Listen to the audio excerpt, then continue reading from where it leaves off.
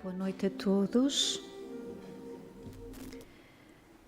Vamos dar continuidade ao estudo do Livro dos Espíritos. Vamos refletir em conjunto para assim podermos compreender mais em profundidade os ensinamentos dos Espíritos. Vamos recordar e vamos também, de alguma forma, para quem está aqui pela primeira vez, tentar dar a entender o Livro dos Espíritos.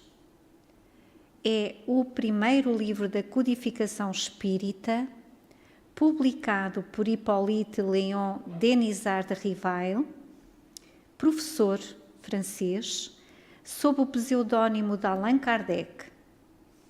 Esta obra contém os princípios da doutrina espírita sobre a imortalidade da alma, a natureza dos espíritos e suas relações com os homens, as leis morais, a vida presente, a vida futura e o porvir da humanidade, segundo os ensinamentos dos espíritos superiores, através de diversos médiuns recebidos e ordenados por Allan Kardec. É uma das 5 obras fundamentais para o estudo da doutrina espírita, juntamente com o Livro dos Médiuns, o Evangelho segundo o Espiritismo, o Céu e o Inferno, a Gênese. O Livro dos Espíritos veio a público em 18 de abril de 1857. Foi lançada no Palais Royal, em Paris, na forma de perguntas e respostas, e que totaliza 1019 perguntas e as suas respectivas respostas. Esta obra está dividida em 2 livros. O livro primeiro, As Causas Primárias, e nós ainda estamos aqui no início. Já refletimos o capítulo 1, em que refletimos sobre Deus. Também já analisamos o capítulo 2, Elementos Gerais do Universo. E estamos então a terminar o capítulo 3, sobre a criação.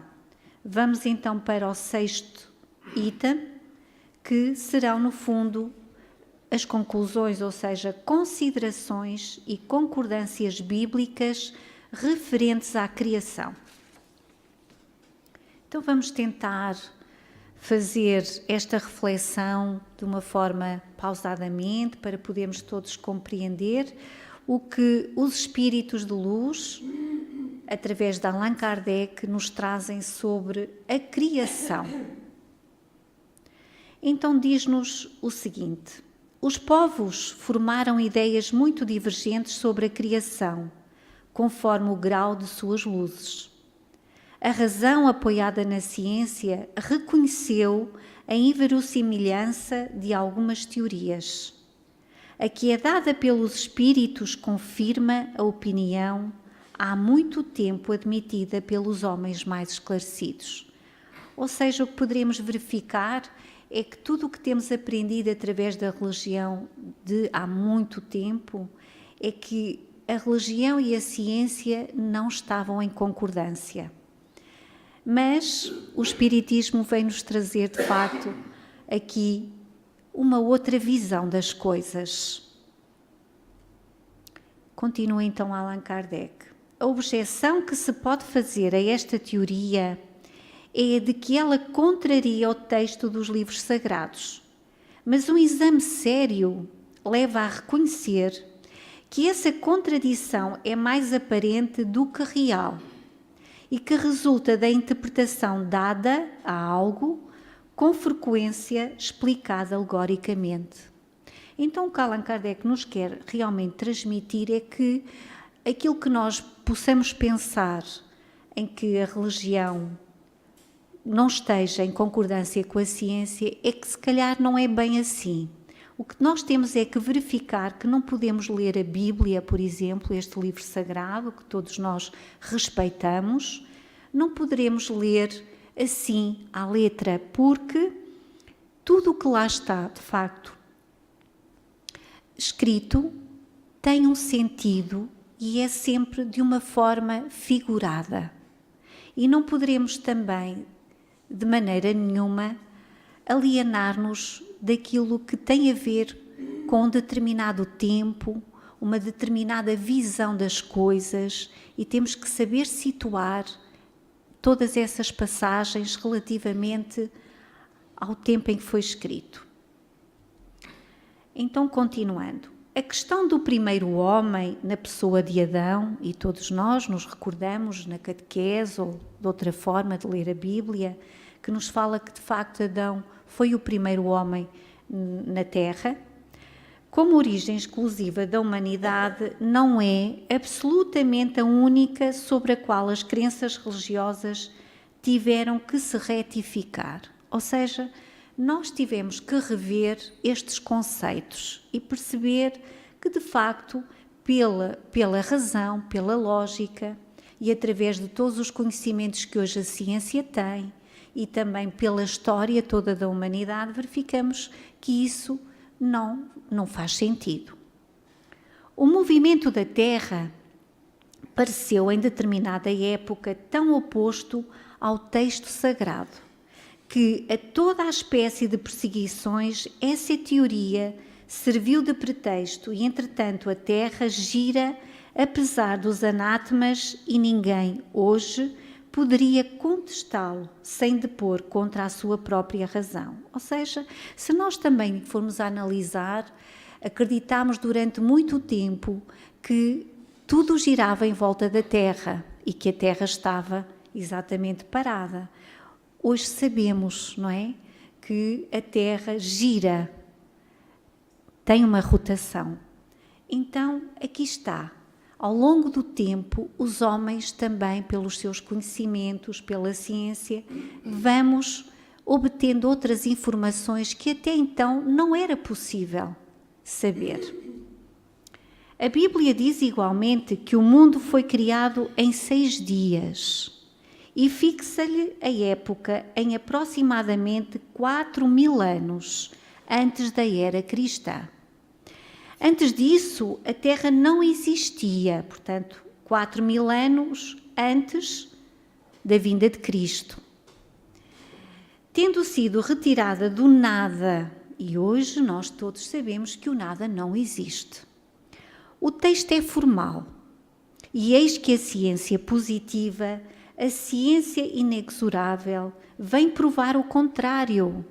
Vem exatamente dizer que a Terra tem milhões e milhões de anos.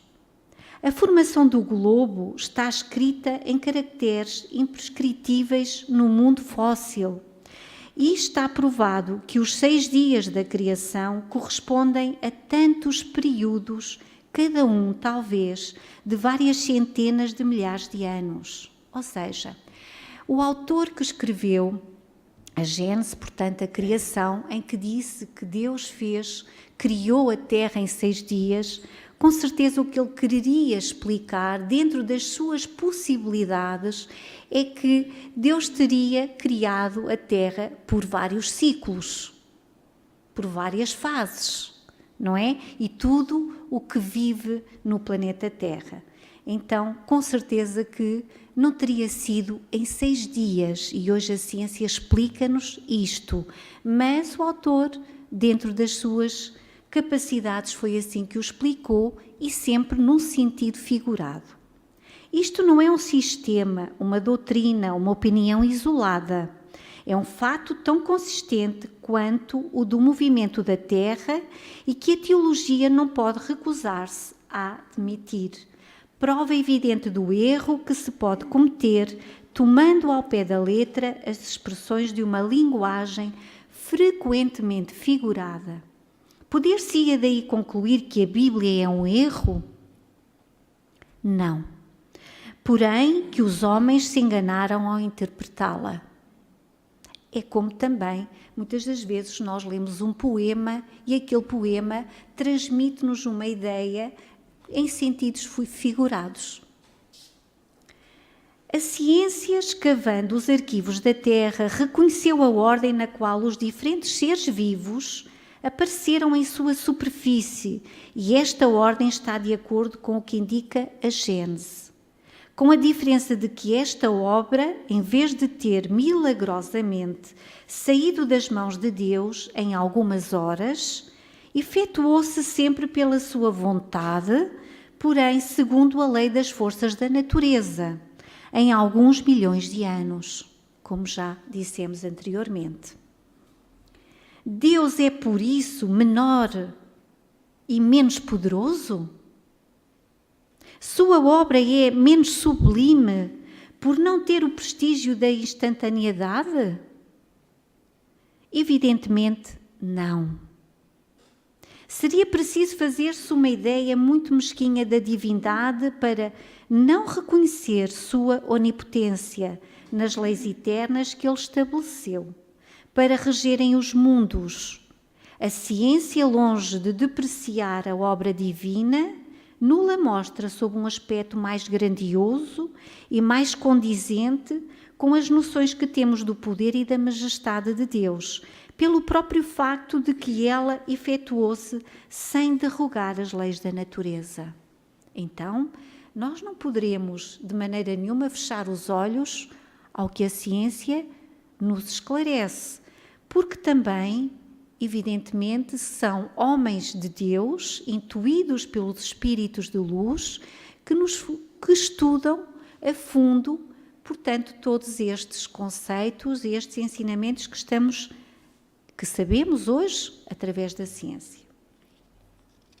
A ciência, nesse ponto, de acordo com Moisés, coloca o homem em último lugar na ordem da criação dos seres vivos. Moisés, porém, coloca o dilúvio universal no ano de 1654, enquanto que a geologia nos mostra o grande cataclismo como anterior à aparição do homem, visto que até hoje nenhum traço de sua presença foi encontrado nas camadas primitivas, nem o de animais da mesma categoria do ponto de vista físico. Mas nada prova que isso seja impossível. Várias descobertas já lançaram dúvidas a esse respeito.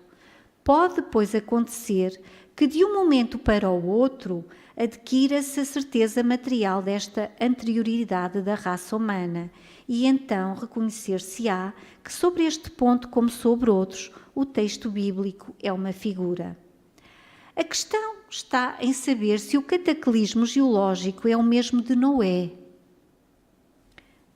O Noé que nos traz, no fundo, o acontecimento do dilúvio.